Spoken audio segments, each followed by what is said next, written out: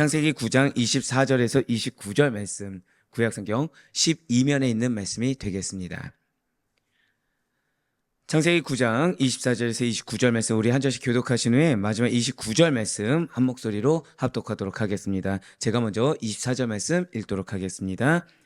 노아가 술이 깨어 그의 작은 아들이 자기에게 행한 일을 알고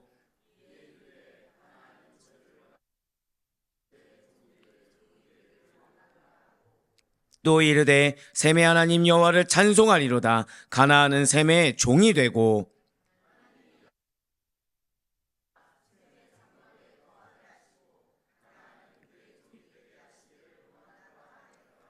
홍수 후에 노아가 350년을 살았고 그의 나이가 950세가 되어 죽었더라. 아멘. 할렐루야.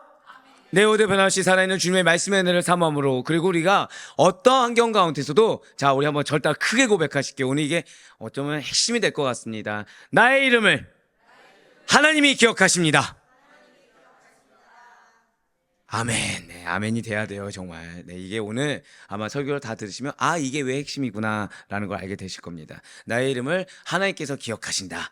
라는 그 말씀 믿는 믿음으로 하루의 시작을 말씀과 기도를 하고 그 가운데 기도회를 통해서 하나님께 먼저 나아가길 원하셔서 나오신 우리 모든 성도님들을 주님 환영하고 축복합니다. 이 새벽에 우리 지금 창세기를 통해서 은혜 받는 귀한 시간을 가지고 있어요. 그 가운데 1장부터 11장까지 천지창조와 인간의 타락 이야기 가운데서도 창세기 6장에서 9장까지 있는 노아 대홍수를 우리는 지금 살펴보고 있고요. 노아 대홍수 그 대단원의 마지막이 바로 오늘입니다. 자, 오늘 본문 창세기 9장 24절부터 29절까지는 딱 두 가지예요. 저 딱 고백하실게요. 노아의 예언, 죽음. 네, 딱 두 가지예요. 노아의 예언과 죽음에 대한 내용, 딱 그것이 오늘 본문의 말씀이라는 거죠. 네, 그렇습니다. 노아는 지금 여러분들 잘 아시는 것처럼 누구를 저주하였습니까? 네, 아, 감사해요. 예, 가나안이라는 입이 나와줘야 됩니다. 네, 함의 아들, 정확히는 가나안을 저주한 겁니다. 그러니까 많은 분들이 함을 저주했다 하는데 사실은 누굴 저주했냐? 가나안을 저주하고 셈과 야벳은 축복하는 예언을 맞이하고 그 예언을 하고 있다는 거죠. 그리고 노아는 950세의 나이에 죽음을 맞이하게 되었다. 그것이 오늘 본문의 말씀이 된다라는 거예요. 먼저 창세기 9장 24절과 25절의 말씀 보시면 명확하게 아실 수가 있습니다. 노아가 술이 깨어 그의 작은 아들이 자기에게 행한 일을 알고 이에 이르되 가나안은 저주를 받아 그의 형제의 종들의 종이 되기를 원하노라 하고. 아멘. 자, 이전에 노아에게 무슨 일이 있었는지 여러분들 혹시 기억하십니까? 네, 술 취함. 네, 이러면 저는 금요일 날 메시지가 성공한 겁니다. 네, 술 취함에 대해서 우리가 알고 있죠. 장막에서 포도주에 취해서 추태를 부린 노아였어요. 자, 정확히는 무엇에 취했죠? 하나님의 은혜의 결실 준 거. 네, 하나님보다 그 은혜의 결실이 더 우선되었습니다. 그래서 거기에 취해서 추태를 부렸어요. 자, 그런 노아가 술에서 깨고 난 뒤에 자신의 아들들로부터 자신의 실수에 대해서 어떻게 대처했는지에 대한 사건의 전말을 모두 다 파악하게 됩니다. 그래서 노아는 작은 아들인 함이 자신에게 무슨 일을 하여서 모독하였는지 알게 되어버렸어요. 그래서 함의 넷째 아들인 가나안을 종이 되도록 저주하였습니다. 자, 가나안이 몇째 아들이라고요? 넷째 아들입니다. 자, 이에 대한 증거가 바로 창세기 10장 6절의 말씀이라는 거죠. 함의 아들은 구스와 미스라임과 북과 가나안이요. 아멘. 자, 지금 창세기 10장 6절 말씀을 통해서 말하고 있듯이 가나안은 함의 몇째 아들입니까? 넷째 아들이에요. 자, 여기서 이제 의구심이 생기는 거죠. 축복은 누구에게 줍니까? 내 아들들 중에서 장자, 그렇죠? 그럼 저주도 누구에게 줘야 돼요? 대표격이니까 장자에게 줘야 됩니다. 이 구절 보면서 이상한 거 여기지 않으셨습니까? 왜 가나안일까? 왜 가나안일까? 자, 저 다 고백하실게요. 나라도 믿음을 지키겠습니다. 여러분들 이게 진짜 중요해요. 여러분들 이게 진짜 중요합니다. 어쩌면 이게 저주가 아니라 여러분들 가정 가운데 하나님 보시기에 너무 징계받아 마땅한 분들로 가득 차 있을 수도 있어요. 그런데 성경의 원리는 의인한 사람, 성경의 원리는 남은 자 한 사람, 그 한 사람으로 인해서 징계와 심판에서 모면하게 됩니다. 그러니까 우리가 공동체가 어쩌면 우리 아들 보의 공동체가 다 악인으로 가득 찰 수도 있어요. 아니라 믿습니다. 예, 우린 반드시 아니어야 돼요. 그때 누가 남은 자여야 돼요? 저 따라 고백하실게요. 내가 남은 자가 되겠습니다. 예, 우리는 그런 신앙의 결단을 가지고 살아가야 되는 거예요. 자, 여러분들 사업장과 직장 가운데 모두 다 악인일 수 있어요. 근데 누가 남은 자여야 되는 거예요? 내가. 그리스도인들은 그런 자입니다. 자, 이와 반대되는 개념이 누구일까요? 가나안이라는 거예요. 이와 반대되는 개념. 자, 이러한 가나안은 종들의 종이 되도록 노아로부터 저주를 받았어요. 자, 그런데 함이 노아의 맺지 아들인가요? 막내 아들입니다. 네. 우리가 셈, 함, 야벳 하니까 자연스럽게 함을 둘째 아들로 아는데 사실 함은 막내 아들이에요. 그거와 같이 가나안도 사실은 함의 막내 아들이었어요. 자, 그런데 함의 성향을 가장 많이 닮은 자가 누구였을까요? 가나안이었다는 거예요. 함의 정확히는 나쁜 성향을 가장 닮은 아들이 가나안이었고요. 참고로 이거는 지금 성경의 주석 가운데 있는 내용들만 지금 말씀을 드린 거고, 어떤 문화적인 배경이나 역사적인 배경을 봤을 때는 진짜 함에 대해서 가나안에 대해서 여러 가지가 나오지만 그거는 다 우리는 필터링 해야 되고, 지금 우리가 기억했던 건 뭐예요? 아버지의 가장 나쁜 성향을 닮은 아들이 저주를 받았다, 이렇게 생각하셔야 되는 거예요. 자, 그래서 지금 가나안이 저주를 받게 된 것입니다. 그렇다면 종들의 종, 이것은 또 무엇일까요? 종들의 종은 종들 중에서 가장 낮은 자, 가장 천한 종을 가리킨다는 거예요. 그리고 이러한 노아의 저주는 나중에 그대로 이루어지게 되었다는 거죠. 이스라엘이 가나안 땅을 점령했을 때 가나안 족속은 실제로 이스라엘의 종이 되더라는 것입니다. 여호수아 9장 23절의 말씀입니다. 그러므로 너희가 저주를 받나니 너희가 대를 이어 종이 되어 다 내 하나님의 집을 위하여 나무를 패며 물을 깃는 자가 되리라 하니. 아멘. 단순히 이 가나안 땅을 점령했을 때만 종이 된 것이 아니에요. 가나안은 솔로몬 시대에도 노예가 되었습니다. 솔로몬은 가나안 거민들에게 노예 역군, 자, 뭐라고요? 노예 역군이라는 새로운 명칭을 만들어 부르고 이들이 종신토록 요새를 구축하는 것 같은 건축 사업을 위해 일하도록 만들었다는 거예요. 바로 열왕기상 9장 20절과 21절의 말씀입니다. 이스라엘 자손이 아닌 아모리 사람, 헷 사람, 브리스 사람, 히윗 사람, 여부 사람 중 남아있는 모든 사람, 자, 이 사람들이 다 어디 족속이에요? 가나안 족속입니다. 이 사람들이 다 가나안 민족이에요. 곧 이스라엘 자손이 다 멸하지 못함으로 그 땅에 남아있는 그들의 자손들을, 이 그들의 자손들이 누구인 겁니까? 가나안의 자손들을 솔로몬이 노예로 역군을 삼아 오늘까지 이르렀으며. 아멘. 자, 역사의 흐름을 따라가 보면요, 페르시아인, 마게도나인, 로마인의 종이 누가 되었습니까? 가나안이 되었어요. 중세 이후 근세까지 흑인 노예로 엄청난 시달림을 실제 당하게 되었다는 거죠. 자, 이어서 그럼 좋습니다. 어떻게 해서 이렇게 되는지 한번 살펴볼게요. 창세기 9장 26절과 27절 말씀 계속해서 보실게요. 또 이르되 셈의 하나님 여호와를 찬송하리로다. 가나안은 셈의 종이 되고 하나님이 야벳을 창대하게 하사 셈의 장막에 거하게 하시고 가나안은 그의 종이 되게 하시기를 원하노라 하였더라. 아멘. 여러분들, 셈의 축복과 야곱에게 축복이 같지 않습니다. 미리 말씀드리면 의미가 달라요. 이 축복은. 그러니까 오늘 잘 듣고서 분별하셔야 됩니다. 먼저 노아의 맏아들 셈은요, 하나님의 말씀을 순종하는, 절대 고백하실게요, 경건한 자. 예, 셈은 어떤 자였다고요? 말씀을 순종하는 경건한 자였다는 거예요. 그러니까 경건한 자는 어떤 자다? 말씀을 순종하는 자가 경건한 자라는 거죠. 그러한 자. 그래서 셈은 하나님의 특별하신, 자, 절대 고백하실게요, 영적이고도 종교적인 축복. 셈은 무슨 축복을 받았다고요? 영적인 축복, 종교적인 축복을 받았다는 거예요. 왜요? 경건한 자라서. 무엇으로 인해 경건한 자였다고요? 말씀에 순종하는 경건한 자라서 영적인 축복, 종교적인 축복을 받았다는 것입니다. 26절에 지금 붉은색으로 보면 셈의 하나님 여호와라고 나와 있지 않습니까? 이게 핵심이에요. 이게 그냥 단순히 임동현의 하나님 이걸 얘기한 게 아닙니다. 이 단어가 제일 중요한 단어인 거예요. 셈의 하나님 여호와. 자, 진실로 권능의 하나님 엘로힘, 언약을 신실하게 지키는 여호와께서 지금 셈의 후손에게 권능으로 임하셨다는 거죠. 자, 여기에 지금 무엇이 포함됐다는 거예요? 약속뿐만 아니라 절대 고백하실게요. 엘로힘이 포함되어 있어요. 아마 여러분들 이제 다 아실 거예요. 엘로힘 하면 뭐가 생각나세요? 전능하신. 그렇죠. 권능 이거 생각나시잖아요. 그러니까 이 단어에 지금 두 가지가 다 포함되어 있죠. 뭐가 포함되어 있습니까? 권능, 약속 다 포함되어 있는 거죠. 자, 그래서 선민 이스라엘 백성도 누구의 후손입니까? 셈의 후손인 거예요. 선민 이스라엘이 셈의 후손입니다. 계속 하나님을 섬겼어요. 예수 그리스도가 누구의 혈통으로 나옵니까? 바로 이 셈.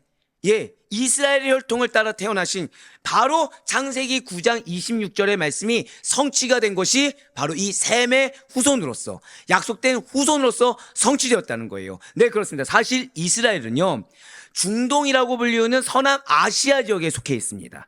하나님께서 바로 그 지역에 거주하는 셈의 후손들과 인류를 구원하실 여자의 후손, 즉 예수 그리스도를 보내실 언약을 세우시고, 또한 이 셈의 후손을 통해서 이 땅에 그리스도를 보내실 것을 미리 말씀을 통해서 알려주셨다는 거예요. 그리고 실제로 셈의 후손인 아브라함의 가계에서 메시아가 태어나게 하심으로 말미암아 구원의 종교가 되는 기독교가 태동하게 됐다는 거죠. 기독교가 어떤 종교라고요? 구원의 종교인 것입니다. 그런데 여기서 이제 질문이 생긴다는 거예요.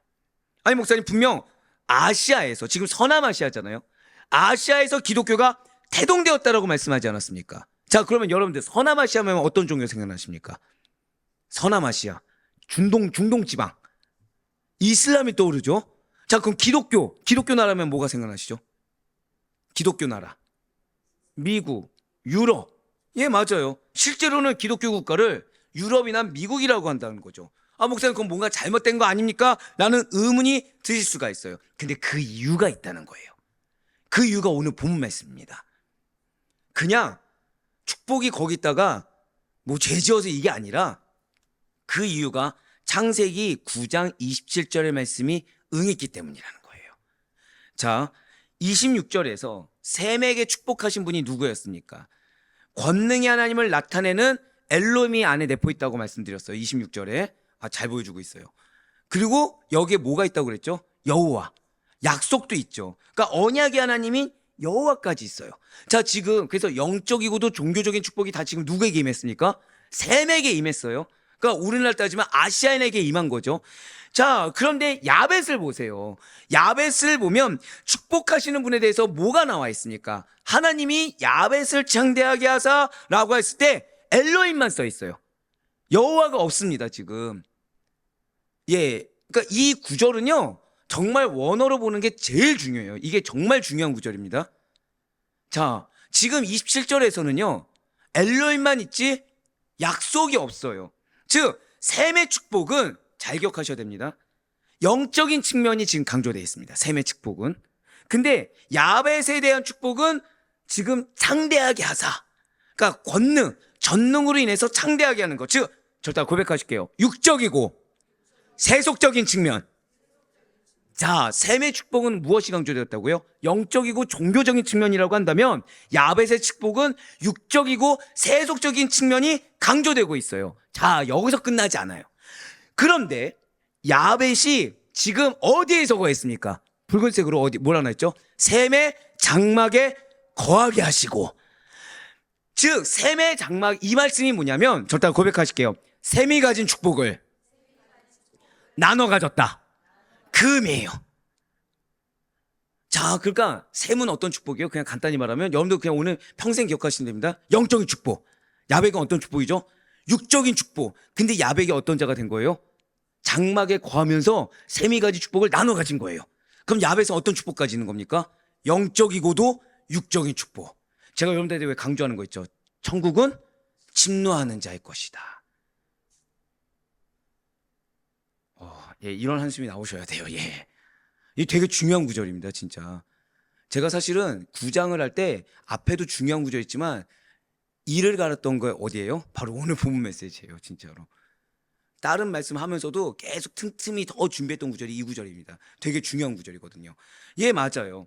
야벳은 지금 셈의 영적 축복까지 다 얻을 수가 있게 있다는 거죠. 자, 27절 말씀 한번 보시길 바래요. 지금 붉은색으로 표현을 보시면 하나님이 야벳을 창대하게 하사 셈의 장막에 거하게 하시고 라고 나와 있어요. 바로 이 구절이 그러한 사실을 설명해 주고 있는 것입니다. 네, 맞습니다. 야벳은 육적인 축복뿐만 아니라 셈의 장막에 거하며 셈이 가진 영적 축복까지 나누어 가지게 되고요. 여기서 끝나지 않아요. 셈과 함께 의지하고 동거하는 자로서, 자, 절대 고백하실게요. 동참하였다는 거예요. 그러니까 셈이 가진 것에 대해서 야벳이 질투하거나 이게 아니에요. 뭐 했다고요?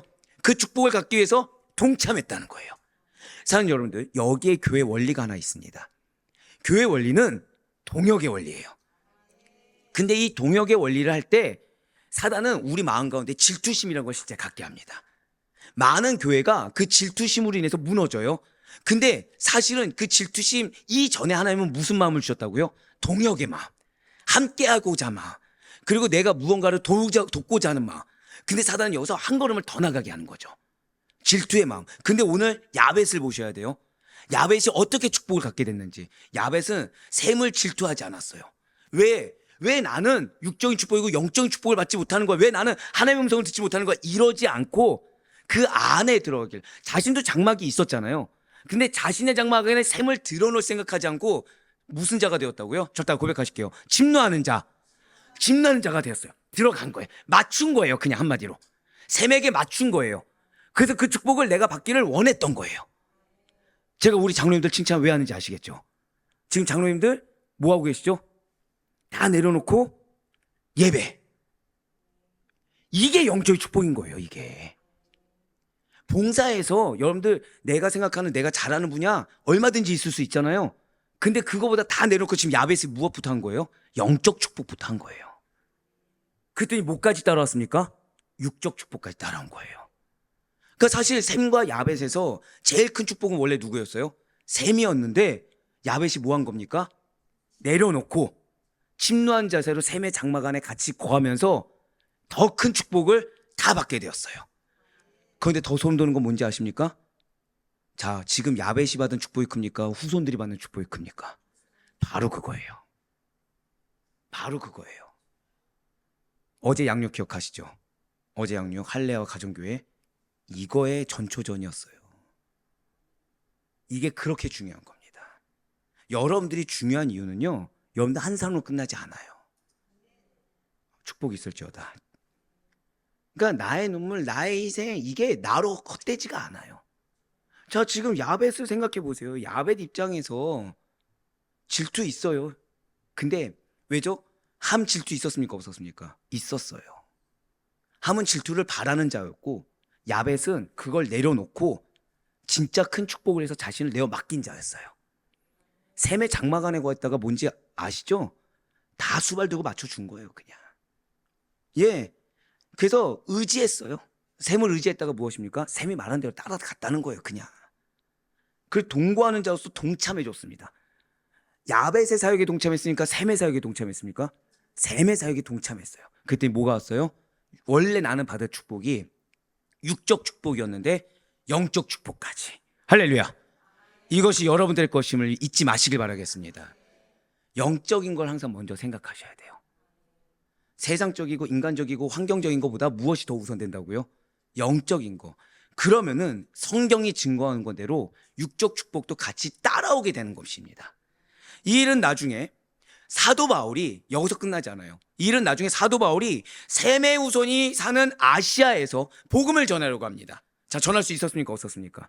여러분들 사도행전 들으셔서 아시겠지만 막혔어요. 누가 막았죠? 성령이 막으셨습니다. 그래서 야벳의 후손이 가는 마게도냐로 건너가게 하셨어요. 그래서 기독교가 태동은 어디서 했습니까? 아시아에서 태동했는데 정작 중심으로 확산된 것은 유럽을 중심으로 확산하게 됐다는 거예요. 사도행전 16장 6절에서 10절까지 말씀입니다. 성령이 아시아에서 말씀을 전하지 못하게 하시거늘 그들이 부르기아와 갈라디아 땅으로 다녀가 무시아 앞에 이르러 비두니아로 가고자 했으되 예수의 영이 허락하지 아니하시는지라 무시아를 지나 드로아로 내려갔는데 밤의 환상이 바울에게 보이니 마게도냐 사람 하나가 서서 그에게 청하여 이르되 마게도냐로 건너와서 우리를 도우라 하거늘 바울이 그 환상을 보았을 때 우리가 곧 마게도냐로 떠나기를 힘쓰니 이는 하나님이 저 사람들에게 복음을 전하라고 우리를 부르신 줄로 인정함이로라. 아멘. 자, 결국 무엇입니까? 무슨 말씀입니까? 야벳 후손이 셈의 장막에 거하게 하실 것이라는 노아의 축복 예언은 야벳이 기독교 문화권에 속하여서 그 축복을 향유하고 누림으로써 성취되었다는 것이죠. 그래서 우리가 역사적으로 봐도 야벳의 후손인 백인종이 인도, 유럽인이 되어서 인도에서 유럽, 아메리카 대륙에 이르기까지 널리 퍼져서 오늘날에 이르기까지 매우 강력한 세력을 갖게 되었다는 거예요. 누구로 인해서요? 야벳 한 사람의 내려놓음. 야벳 한 사람의 무엇이 중요한지를 깨달은 믿음으로. 예. 아, 너무 아쉽다. 근데 노아가 야벳이 셈의 장막에 관한 축복을 내려주지 않았다고 한다면 오늘날 유럽이나 미국이 아니라 아시아에서 기독교가 더 많이 확산되었을 텐데 셈이 야벳을 받지 않았더라고 한다면 영적인 축복은 아시아에 더 있을 수가 있었을 텐데, 그리고 사도 바울은 마게도냐로 가지 말고 아시아로 그냥 가지, 그랬다면 얼마나 좋았을까라는 생각이 혹시 드십니까? 근데 우리가 여기서 잊지 말아야 될 게 있어요. 우리가 속한 아시아의 축복이 크냐 작냐가 중요한 것이 아닙니다. 오늘 본문 말씀 통해서 하나님께서 무엇을 말씀하시고자 할까요? 하나님의 말씀이 응하는 것, 하나님의 말씀이 성취되는 것이 중요하다는 거예요. 그러니까 우리의 환경이 셈이냐 야벳이냐 이거 중요하지 않습니다. 어쩌면 우리 환경이 정말 죄송하지만 함일 수도 있어요. 근데 이거보다 더 중요한 건 무엇이라고요? 나에게 주신 약속의 말씀이 성취되는 게 가장 중요한 거. 근데 우리들에게 지금 공통된 약속을 주셨죠. 공통된 미션이 무엇입니까? 자녀예요, 자녀. 다음 세대입니다, 다음 세대. 내 자녀를 통해서 우리 계속 기도해 왔잖아요. 그 하나님은 우리의 기도에 합당하게 응답하신 거예요. 자녀의 때가 작년의 때보다 더 흥하게 되는 거. 지금 너무 신기할 정도로 말씀이, 여러분들 제가 그거를 목표로 지금 준비하는 자가 아니에요. 근데 계속 어떻게 가고 계세요? 자녀의 중요성, 다음 세대의 중요성. 그래서 오늘날 요즘 애들 말로 하면은 우리는 지금 뭘 하고 있는 거예요? 자녀의 부흥을 위해서 빌드업을 하고 있는 상황인 거죠, 우리는. 예, 맞습니다. 하나님의 말씀이 응하고 성취되는 것이 중요한 것이지 크냐 작냐가 중요한 것이 아니에요. 사랑하는 성도 여러분들, 진실로 노아를 통해 이처럼 많은 시간이 흐른 후에 되어질 일까지 정확하게 예언하시는 하나님께서는 유한한 인생들과 달리 시간을 초월하여 계시는 전지전능한 분이라는 사실을 반드시 기억하시길 바라요. 셈과 야벳 한두 사람의 순종이 민족의 운명을 좌지우지할 수 있는 역사를 우리는 오늘 보았습니다. 여러분들 절대 고백하실까요? 끝까지 침노하는 자가 되라. 네, 맞습니다. 자, 이 설교문은 아니지만 한번 여쭤볼게요. 여러분들 솔직히 그 새벽에 나오는 거 힘드시잖아요. 자, 때로 5시에 일어나실 때가 있습니다. 예, 경험담이죠. 예, 경험담이죠. 5시에 일어날 때 있습니다. 자, 포기해야 됩니까? 뛰어나와야 됩니까? 야벳의 자세가 그거였다는 거예요. 야벳의 자세가. 그랬더니 어떻게 됐어요? 축복을 받는 거예요. 야벳의 자세가. 늦더라도 뛰어오는 거. 그러면 하나님께서는 그 순간에 또 그 열정과 그 믿음을 보십니다. 왜냐하면 그 순간에 자기를 부인한 거거든요. 작게나마 자기를 부인한 거예요. 졸리잖아요. 피곤하니까 늦잠을 잔 거잖아요. 근데 거기에 대해서 아유 하고 져버리는 사람과 그럼에도 불구하고 뛰어오는 사람의 침노하는 의지의 차이는 어마어마합니다.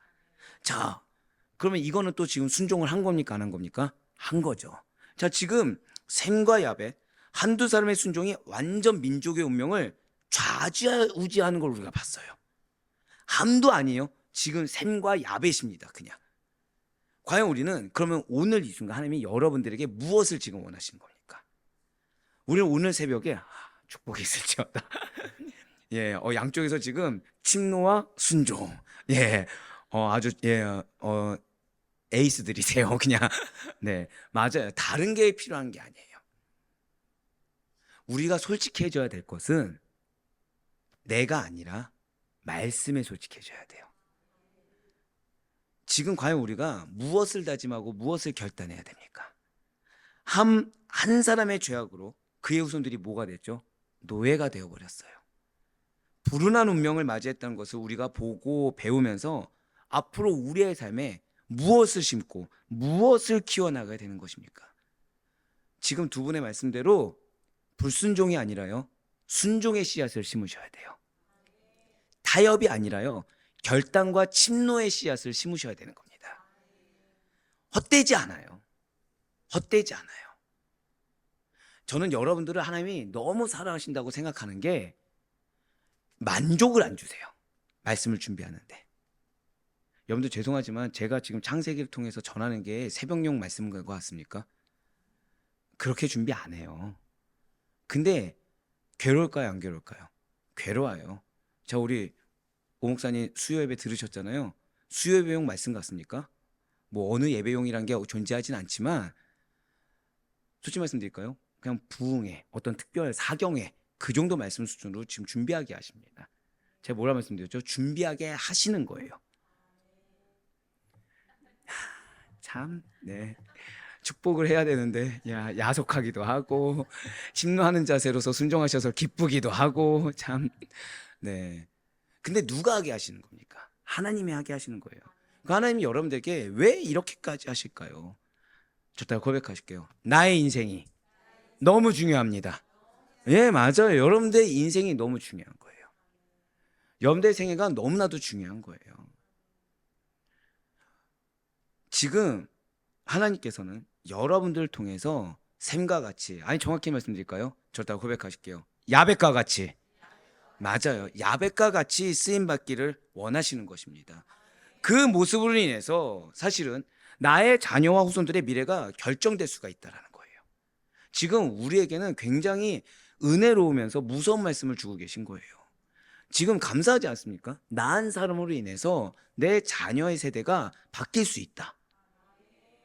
요즘 이런 말씀이 과연 어디에서 통용이 되겠습니까? 근데 하나님은 지금 지속적으로 여러분들의 자녀에 대한 비전을 주고 계신 거예요. 여러분들의 자녀에 대한 기업을 계속해서 주고 계신 거예요. 그러니까 사단이 우리가 올바로 서 있지 못하도록 계속해서 들쑤시는 거죠. 계속해서.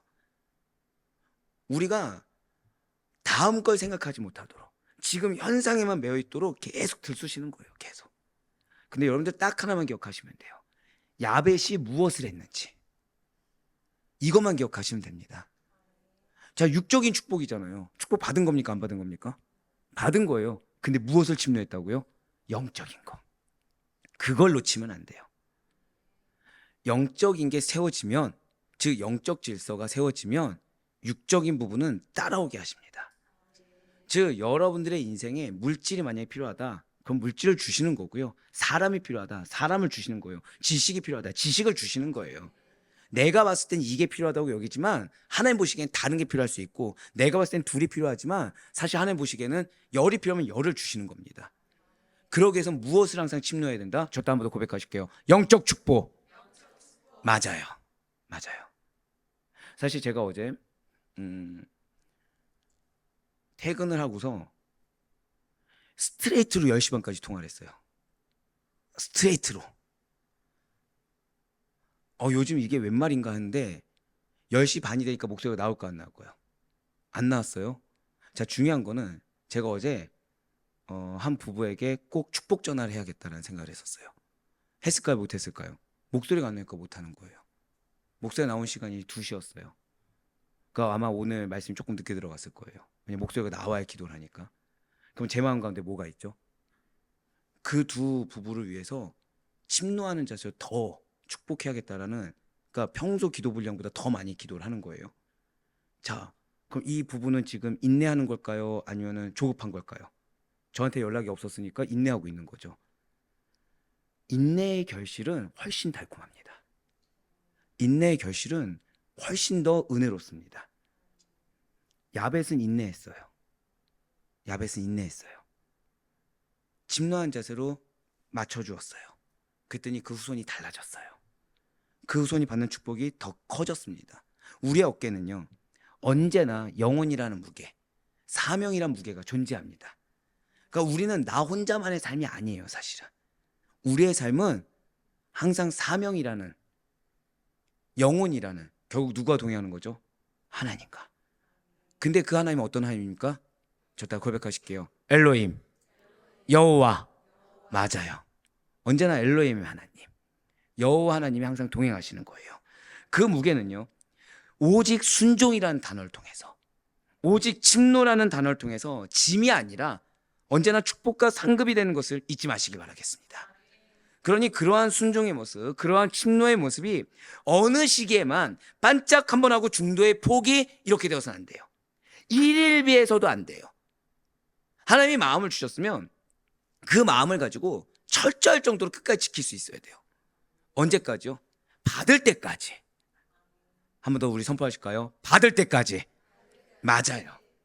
주시면 받습니다. 하나님이 주신 거는 이유가 있어요. 헛되지 않은 것이 없습니다. 언제나 우리를 대변하는 말은 순종이어야 돼요. 언제나 우리를 대변하는 말은 침노해야 됩니다. 이게 왜 중요하냐면요, 자, 이제부터가 두 번째 핵심입니다. 이걸로 끝나지 않아요. 오늘은 좀 중요한 말씀이 맞습니다. 사실 지금 노아의 그 생애는 성경에 몇 장의 지면을 하려 했습니까? 노아 한 사람으로 몇 장이죠? 4장을 하려 했어요. 지금 6, 7, 8, 9. 굉장히 중요한 거죠. 노아의 생애는. 노아는 950년을 살았습니다. 그의 나이 600세 때 홍수가 시작되었어요. 601세 때 홍수가 그치고 물이 말랐습니다. 그런데 홍수 이후 노아가 몇 살을 살았죠? 350년을 살았습니다. 자, 여러분들 홍수 이후에 노아 생각나시는 말씀 있습니까? 홍수 이후에 노아 생각나시는 말씀 있으세요? 네? 네? 술 취함 말고. 자, 술 취함 말고 생각나신 거 있으세요? 네? 없어요. 없어요. 홍수 이후에 노아가 350년을 살았던 그의 기록은요, 홍수 이전에 비해서 상대적이라고 하기도 민망할 정도로 너무나 매우 짧게 기록되어 있다는 거죠. 자, 오늘 본문 창세기 9장 28절과 29절 말씀 보시기 바랍니다. 홍수 후에 노아가 350년을 살았고 그의 나이가 950세가 되어 죽었더라. 예, 뭐가 나왔어요? 죽음 외에는 기록된 게 없어요. 사랑하는 성도 여러분들, 지금 이 부분에서 지금 무엇이 느껴지십니까? 지금 노아는요, 홍수 후에 노아가 몇십 년을 살았다고요? 350년을 그냥 살고 있었고 별다른 의미 있는 삶을 이루지 못한 거예요. 방금 전에 우리 권사님들이 얘기하셨던 것처럼 노아의 홍수 이후의 행적은요, 술에 취해서 하나님의 은혜의 첫 결실, 모든 결실도 아니고 뭐예요? 첫 결실에 그냥 도취돼가지고 실수를 저지른 거 외에 다른 성경 기록은 찾아볼 수가 없습니다. 그러니까 의인 노아로서, 자, 온 세상이 멸망당했을 때 구원 받았습니까? 못 받았습니까? 받았죠. 건짐을 받았어요. 건짐을 받은 다음에 무엇만 기록되었다고요? 술 취한 거, 실수, 이것 빼고는 별다른 의미 있는 일을 아무것도 못했어요. 자, 노아 왜 구원해 주셨죠? 의인이라서. 그죠, 믿음이 있으니까. 예, 의인이니까. 저기 무엇 때문에 구원해 주셨죠? 사명이 있으니까 구원해 주신 거예요. 맞잖아요. 자, 여러분들 구원 왜 주셨죠? 여러분들 구원받은 자 다 뭐가 있습니까? 사명이 있어요. 자, 그런데 사명이 있어 구원받게 되었는데, 아이러니하게도 구원받은 이후에 노아는요, 실수한 거 외에는 아무것도 이루지 못해서 그저 그의 생애 나이만 기록됐다는 거예요. 의인 노아가 이러할진데, 그 엄청난 믿음의 소유자 노아가 이러할진데, 하물며 우리들은 어떻겠습니까?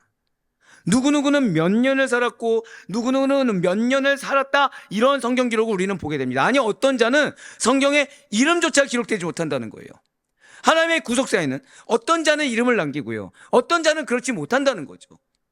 그러니까 구원받았다고 해서 다 칭찬이 있고 다 기쁨이 있고 다 상급이 있는 것이 아니라는 거예요. 죄송하지만. 그러니까 몇 년 살고 죽었다, 이게 끝일 수가 있다는 겁니다. 하나님의 구속사에 어떤 자는 명예롭게 이름을 남기지만 어떤 자는 불명예스러운 이름과 행적을 남긴다는 거죠. 자, 사랑하는 성도 여러분들, 노아의 인생 950세 인생 중에 그냥 살았다고 끝난 게 무려 3분의 1 이상이었다는 것을 잊지 마시길 바랍니다. 우리 인생에 몇 분의 1이 과연 하나님을 위한 삶이 될 수가 있겠습니까? 얼마여야 될까요?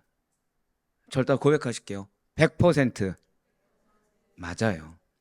100%다 의미 있는 시간으로 기록되는 우리의 생애가 되길 간절히 바라요. 성도로 부름받았으면 침노하는 자세, 순종하는 자세로 있어야 되는데 항상 그 침노하는 자세, 순종하는 자세가 왜 중요한 거예요? 하나님 앞에 임동현이 70살 살고 죽었더라가 아니라 어떤 사역들을 했더라, 어떠한 자세로 영향이 있었더라, 기록이 되어야 된다는 거예요. 근데 그 앞에 행함 전에 무엇이 있어야 되는 거예요? 한번 저따가 고백하실게요. 말씀에 순종하였다. 맞아요.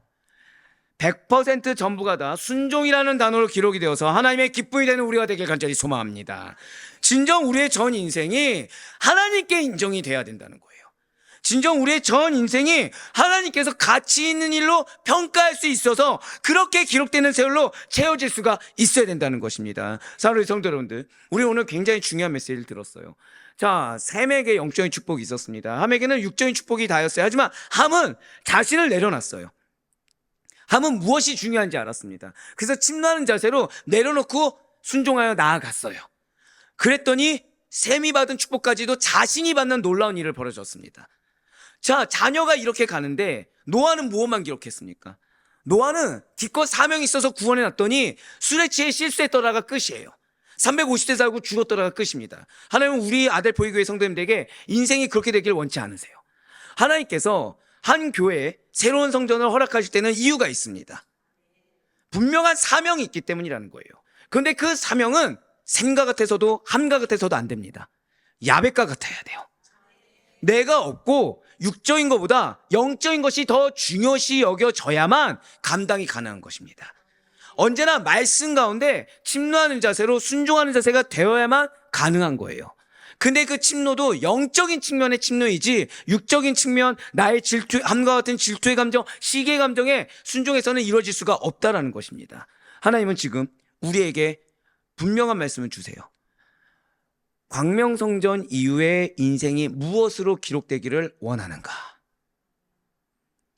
여기에 몇 년 있었더라가 끝이 아니길 간절히 소망합니다. 그냥 단순히 부흥했다 원하는 게 아니에요.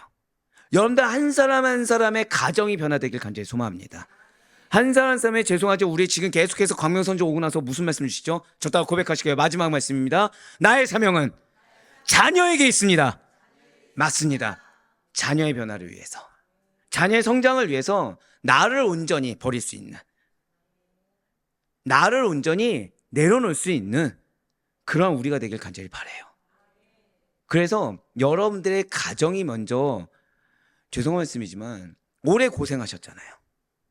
저하고 같이 1년 동안 얼마나 고생하셨습니까?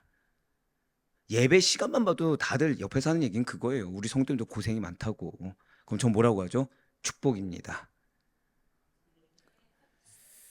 되게 늦게 아멘이 끌어지듯이 나왔지만 뭐 아멘 한 걸로 전 만족해요. 자, 고생하셨어요. 그래서 하나님은 상을 주셨어요. 1년 만에 이게 가능합니까? 예, 근데 이게 어느 순간 당연해지는 거예요. 거기서 뭘 보고 있어요? 때로는 함의 모습, 때로는 야벳의 모습이 아닌, 야벳의 모습을 가졌는데 육적인 거에 그냥 만족하는. 아닙니다. 구원해 주셨으면 사명을 위해 구원해 주셨고, 확장시켜 주셨으면 또 다른 사명이 있다는 걸 알고 영적인 측면이 최우선이 될 수 있는 우리가 되길 바라요. 이미 증거는 보여주셨어요. 그럼 여러분들에게 주신 약속의 말씀도 저따 고백하실게요. 죄송해요, 마지막이라고 했는데 한 번 더 마지막 고백하시겠습니다. 나의 약속의 말씀은 반드시 이루어집니다. 아멘. 그 사실을 믿으셔야 돼요. 현상에 매이지 마세요. 현상에 매이지 마세요. 야벳의 현상은 그저 육적인 축복이 다였어요. 하지만 야벳은 침노하는 자가 되었습니다. 영적인 측면이 우선이 되었어요. 그래서 후손의 미래가 달라졌습니다. 저는 이것이 우리 사랑하는 아델포이 교회 다음 세대라고 확신하고 있습니다. 자녀 세대에 반드시 이렇게 될 것을 저는 확신하고 있습니다. 내 판단은 중요하지 않아요. 예, 너무 중요하니까 또 방해가 있네요. 무엇이 중요하지 않다고요? 내가 바라보는 내 자녀의 판단, 다음 세대 판단은 중요하지 않습니다. 주셨으면 이루세요. 이루시는 거는 육신의 부모인 내가 아니라 하나님이세요. 그래서 그 가운데 나를 성장시키시고 지금 무엇으로요? 영적인 측면으로. 그래서 말씀드리잖아요. 계속해서 우리 장로님들 가정을 축복한다고. 순종하시니까 축복받는 거예요. 죄송하지만 저한테 순종한 게 아니에요. 아델포이 교회에 향한 하나님의 사명에 충성하고 계신 겁니다. 영적인 측면, 예배의 중요성, 기도의 중요성. 그래서 그것을 실천하시는 가운데 여러분들 각자 삶 가운데 주시는 하나님의 축복이 그대로 임하시기를. 아이고, 나이도 어린데 눈물이 많아져서 네, 가득할 수 있는 우리 성도님 될 수 있기를 간절히 축복합니다.